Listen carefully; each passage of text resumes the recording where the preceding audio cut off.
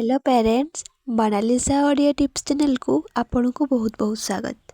आज यही वीडियो रे आमे जानिबा कि 6 मास परे गोटे शिशु को कौन कौन खाइबा पई दबा उचित एवं 6 मास परे आमे ताको कौन कौन खाइबा पई देई परिबा। खास करी कि गोटे शिशु को 6 मास रु 7 मास भितर ताको कौन कौन खाइबा देबा बहुत जरूरी होइते एवं यह खाइबा द्वारा तार शारीरिक विकास एवं मानसिक विकास रे बहुत सहायता करिथाए। प्रथमतः गोटे शिशु जन्मरू 6 मास पर्यंत केवल माँ क्षीर ही खाई थाए। आ जितेबेले तार 6 मास हो जाए सेतेबेले आमे ताको बाहर खाद्य देई थाउ। प्रथमतः आमे ताको सब पिउरी जिनिस खाइबा पई देबा उचित, जेमिति कि से भल भाबरे खाई परिबो।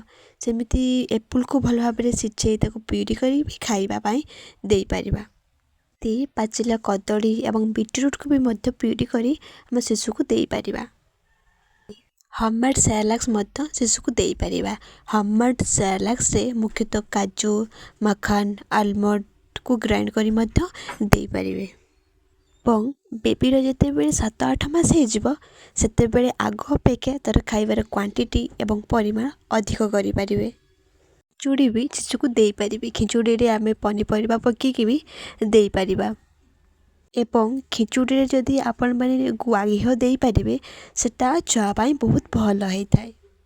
जदि भिडियोटी आपण मानक पई हेल्पफुल हेतिबो तेबे हम चैनल को लाइक, कमेंट, शेयर एवं सब्सक्राइब करि देबे।